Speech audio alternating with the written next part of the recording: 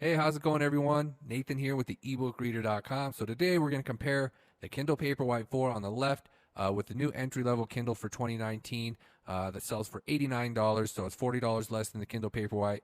We're going to outline the differences. The screen is probably the biggest difference just as far as the resolution. You got 167 ppi on the new entry-level Kindle, 300 ppi on the Kindle Paperwhite. Not a huge difference, though. I'll talk about that a little bit more later. So you got the indented screen on the new Kindle. Whereas the Kindle Paperwhite has that flush front screen. It's actually not glass. It has a plastic layer that goes over the front. Everything's on the same level. It does catch a little bit more reflections. You can see like the reflections here are just a little bit more defined than they are on the entry-level Kindle. But as far as reading goes, you don't really notice much difference. On the back, you got the Amazon logo on the Paperwhite. It's got sort of a rubbery coating on it. And then the entry-level Kindle, it just has this plastic back. It's got more of a sort of a texture, kind of like paper, a little bit of a texture to it. So the biggest difference with the new entry-level Kindle for 2019 is they added a front light. So it's the first entry-level Kindle to have a front light, so now it's a lot closer to the Paperwhite in terms of feature set, because the front light is probably the most important thing they could have added to the entry-level Kindle. Definitely helps with a lot of reading conditions. Just even when you're in a well-lit room, having the light on, it helps just make the contrast a little bit better by making the background a little lighter. You can still also turn off the front light if you don't want it on. So both of these devices, you can turn the front light off just by going to the lowest setting.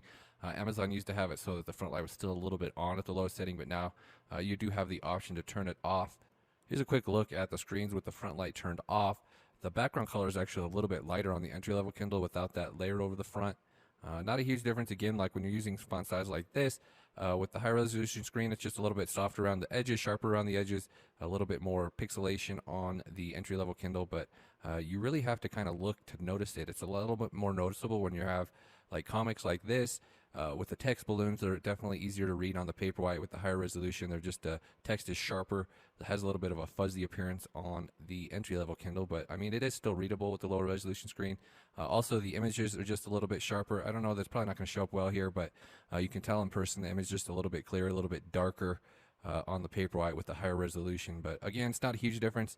It also kind of depends on how much light is in the room. Like if you're in a really bright room, you can kind of see the difference a little bit more than if you're just using the front light, like in the evening.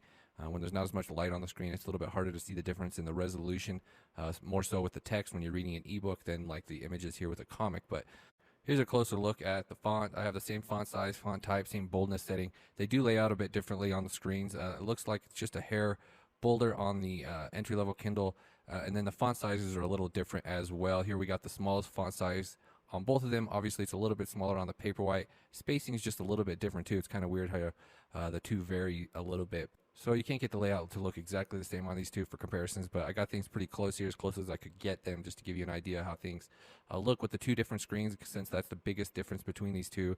They have like 95% of the same software features. Like I said, you got the same font type set up on here. Like the entry-level Kindle just seems to be a little bit bolder on the default, but again, if you set the bolder option on the Kindle Paperwhite, it looks bolder, so it just sort of depends on how you have everything set up. Overall, the speed is pretty much the same. I mean, a little bit difference here and there. As far as page turns go, they're pretty much exactly the same. One subtle difference here with the software is like the Paperwhite has the option to disable the touchscreen. It doesn't fully disable the touchscreen. What it does is it makes it so you can't do like accidental presses if you're like holding along the screen here, but you can still do the page turns if you do the page swiping motion, but it disables all other touchscreen interactions, so you can't accidentally activate something. For some reason, they don't have it on entry-level Kindle. They also don't have the inverted mode on the entry-level Kindle, where you can switch to white text on a black background. For some odd reason, they decided not to put that on the entry-level Kindle. Another key difference with the Paperwhite is it has more storage space. You got the 8 gigabytes or for the standard, or you can upgrade to 32 gigabytes, whereas the entry-level Kindle has 4 gigabytes. So that's just like the total amount. You have less usable. Another thing with the entry-level Kindle that's kind of I've noticed with the last one is with the low resolution screen, things like zooming sometimes are a little bit smoother. Like when you're pinch zooming with this comic here, just a little bit more smooth with the low resolution screen. Both devices support audiobooks as well, so you can have your Audible library on here, connect with Bluetooth speakers or headphones to listen to them. So mostly it just comes down to the differences with the Paperwhite having the flush screen, the waterproofing, also having more storage space, and then like a couple of different software features like the inverted mode.